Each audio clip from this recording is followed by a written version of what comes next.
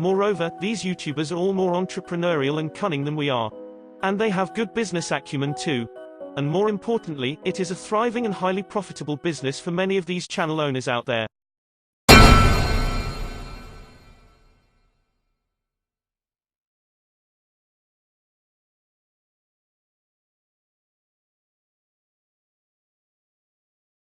My first port of call, of course, is the owner of the channel SPBB Lover, as he was obviously present in the background with his narration during the badly acted out rescue and treatment of Janet. Oops. Wrong page. I gathered he's still running at least 2 to 3 separate Facebook pages, all with different profiles. Here's the right one. Nothing really special, so I scrolled down. Behold, here's the first piece of jigsaw I was looking for.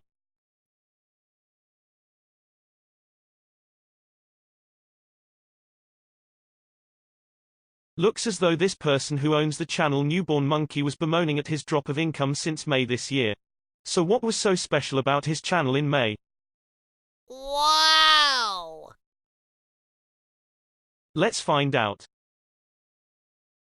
I see, tormenting the orphan Santa brought this channel owner insane number of views, and in particular this video of bathing Santa brought him a windfall of ad revenue. Considering the highest paid profession, a doctor in Cambodia earns about $15,000 a year, he has managed to earn 1/3 of this in a month by getting a baby monkey to work for him. All he did was to sit back and set this poor creature up while letting the camera roll. I gather that Santa was confiscated by Wildlife Alliance later as people complained about these videos. Consequently, he and another dozen cameramen lost their cash cow and their income dropped back to probably a few $100s a month again, which is still a very large sum in Cambodia. I think since my video examining this series of mysterious death postpartum has come to light, someone has become more cautious about bringing us more orphans this way.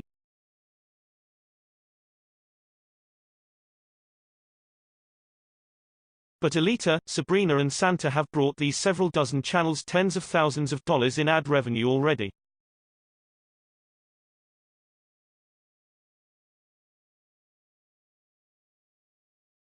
Obviously very few is forthcoming with how much they earn from making these videos over there. Hooray, here's another one! Let's check out his Facebook page. So this particular cameraman is part of the party over there in Battambang. Do you recognize any of these names? So here's another piece of a jigsaw. His channel brought him just over $1,500 in July alone. Hold on. He also films in Angkor too. And this one from Angkor wasn't doing so well then. I suspect it had been demonetized. Just like another channel owner lamented in the comment section. So my speculation is correct that they own multiple channels to spread out the risk as well as for earning more.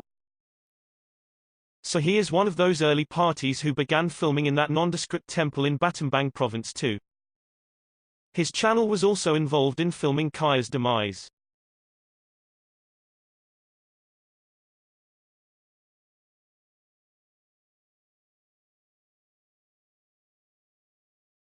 What's more, Kaya's demise has managed to bring his newly established channel, as with many other new channels filming there around that time, to meet the YouTube requirements to start earning ad money in an astonishing short time. And more, consolidating a viewership largely from developed countries as most of them were following the same genre in the Angkor forest then, and was hungry for more. Kaya and her mother were the sacrificial lamb in the process.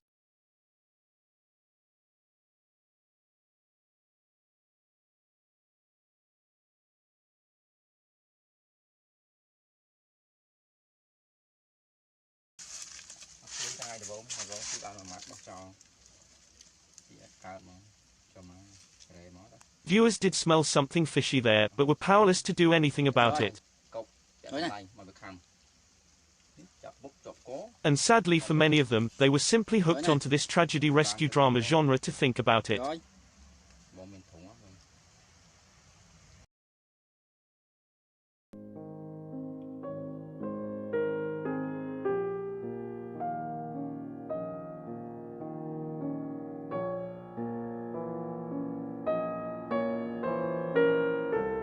It didn't take long before her baby Kaya met the same fate under the hands of a fake vet.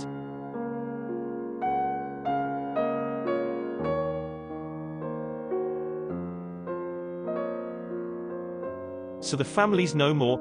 Everything happened shortly after these cameramen arrived.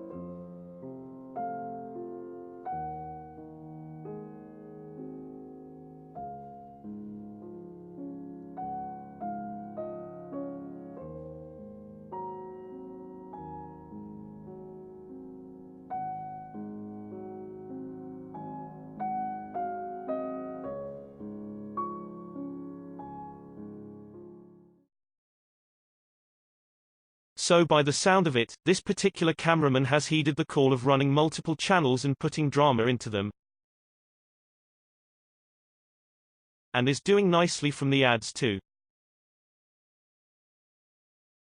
In one day, he could earn about $70 and nearly $90 from the two channels he's shown respectively. So in a month this October, his combined earning could be around $3,000 to $4,000 from these two channels alone. But he obviously has more than two channels. The other thing we have learnt so far is the importance of creating real dramas, not just clickbaiting titles in order to boost the earning of a channel several times fold. But regardless, their life has been transformed immeasurably. Nice gadgets, costing several $1,000s altogether. But more disturbing is the business-like mentality behind all these channels.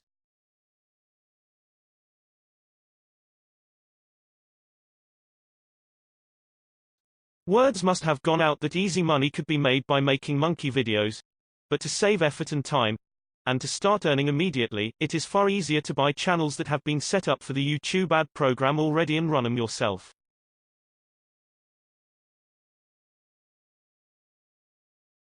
Yes, everything really is about the money these monkeys can bring to them.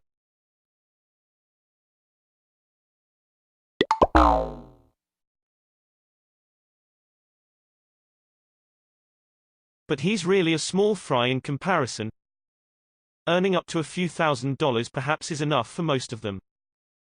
There are bigger players around who makes more, and a whole lot more in 1 month.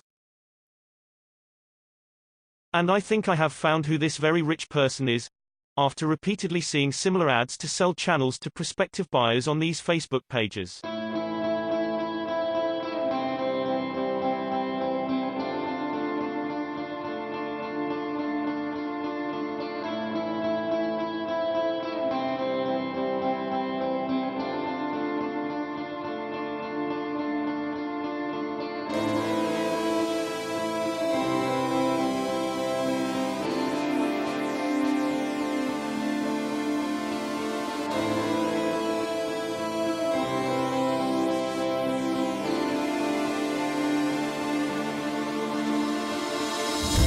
Basically, he sells a variety of channels, all with a solid subscriber base and substantial numbers of views, already earning ad money on the YouTube Partner Program.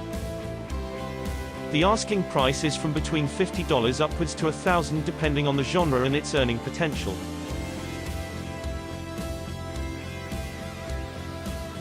So far, it seems monkey channels are in high demand as it doesn't take much talent to run the show.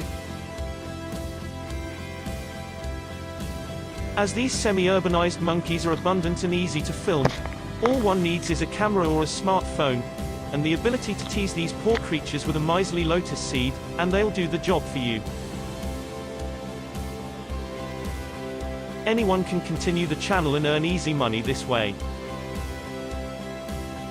And it looks as though these ready-made, already earning channels do sell fast,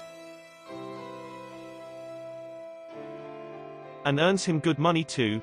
People must have heard how profitable these Cambodian monkey channels could become and are willing to pay to save the hassle and time to build one up from scratch. After all, these channels are already earning even if one does nothing with it.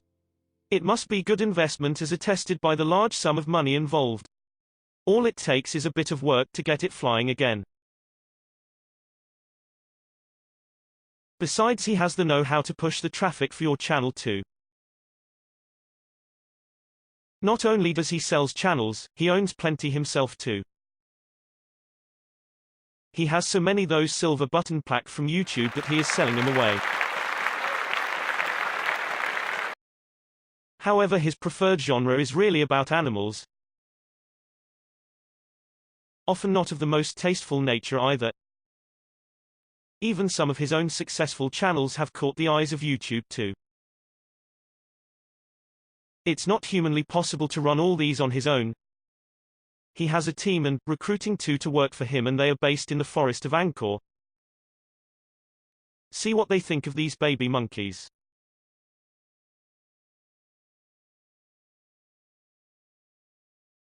While churning out these ready-made channels filled with these very same babies often being harassed and manipulated under their cameras. They keep the most successful channels themselves and selling lesser ones to those who want to try their hands on them. And this is a business model that many cameramen there are following. Hence we are seeing this explosion of channels in recent months. Most of them are sold off to make more money. This is a successful business model and he is a case in point of it. Obviously he is awash in money and is a role model for everyone to look up to.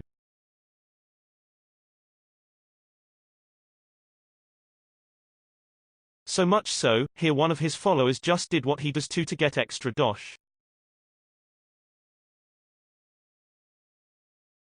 Selling off a lesser channel he has farmed.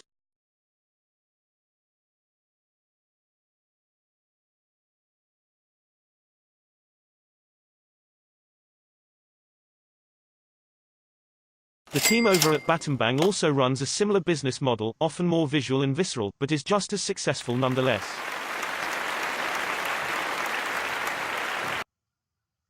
The two are business partners and they often meet up together.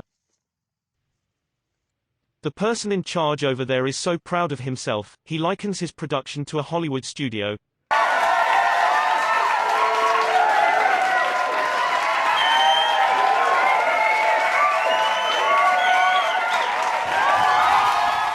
He may not get millions in box office, but he is definitely not doing badly either.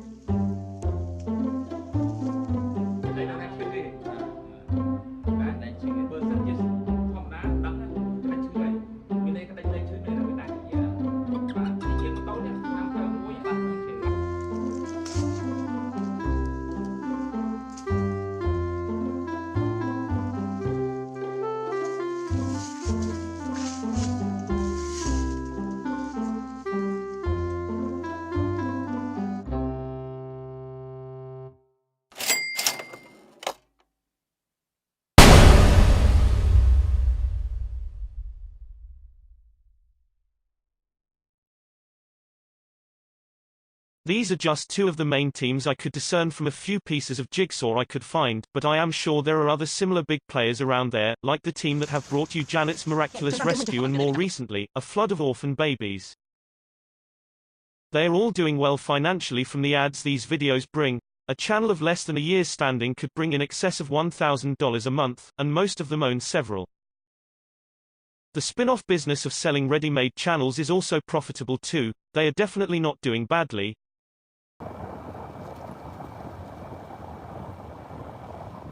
Just look at the flashy motorcade and the brand new Apple laptops they all sport.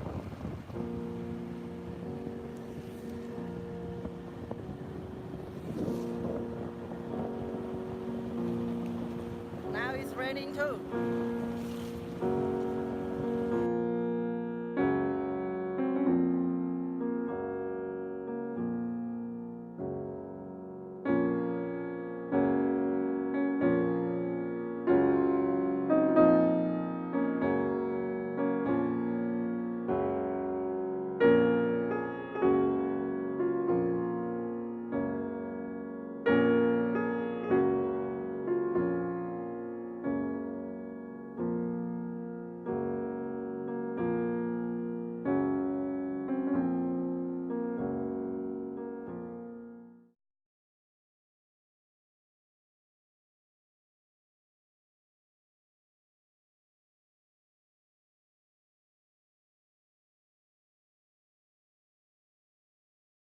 First of all, drama is rare in nature. Take BBC's wildlife documentary series on monkeys, for example. It took the crew normally between 6 months to 1 year shooting in the wild before they could piece together enough footage to give us some kind of a soft drama. But we are seeing drama, and very disturbing ones sometimes, almost every other week, sometimes even every few days in the same few troops, and they aren't mega ones to start off with. Something just isn't right there. There's just too much coincidence every single time. It looks as though someone just never wants the drama to stop there. What's more, it wasn't like this for 18 months when they were first filming in the forest of Angkor then. The monkeys were just minding their own business and doing what they've been good at. Which is not very much really when they were all just relaxing, for most time of the day.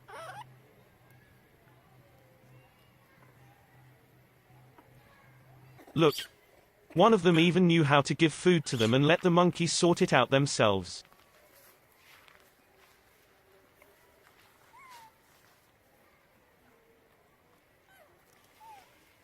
Their hierarchy will work the feeding order out itself.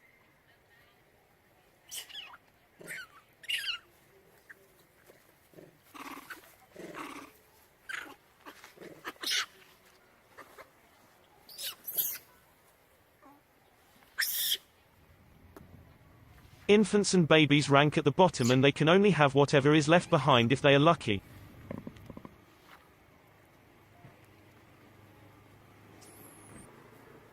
It was peaceful but not much drama.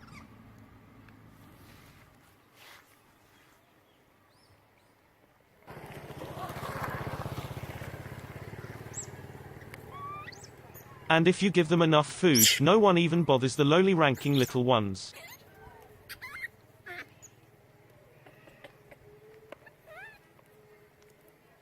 So when did they suddenly forget this simple observation?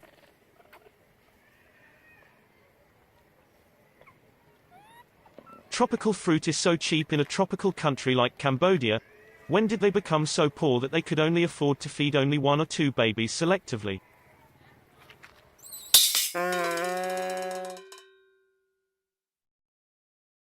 There was a fair amount of teasing to provoke them in those videos then.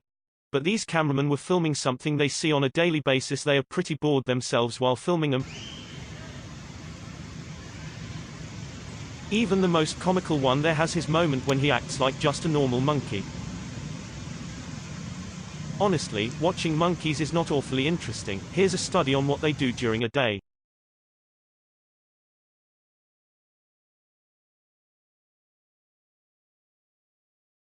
Not much, right?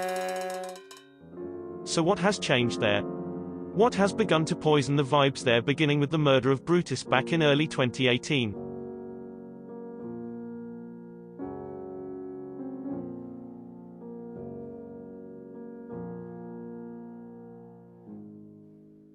One last note though, I believe there are still some good people there filming and running those Cambodian channels, but it's so hard to tell them apart from the rest from the several hundreds there are now. And money corrupts. How long could those people be able to hold themselves before trying to get onto the gravy train? This episode is going to upset a lot of people running those channels there. But I felt it has to be done after watching Kaya's mother's demise for the very first time while investigating this. That's just so inhumane, the way her whole family fell apart. They all know one another one way or another. They are all complicit in some of these animals' maltreatment. This episode might cost me my channel, for I have just ruffled up at least several dozen people's feathers there. Some of them are computer savvy. Indeed, I had received threats from these people in the past when I raised my concerns about the roadkill back in 2017. This time they might actually come to do it. But if these people in Hong Kong would risk their career to support in something they believe is right, I think losing a few $100s in pocket money is nothing in comparison if these unethical filming of monkeys could be brought to light. Finally, my dear viewers, you could help by downloading this episode and post it on your own channels. A voice could still be heard even this one goes out.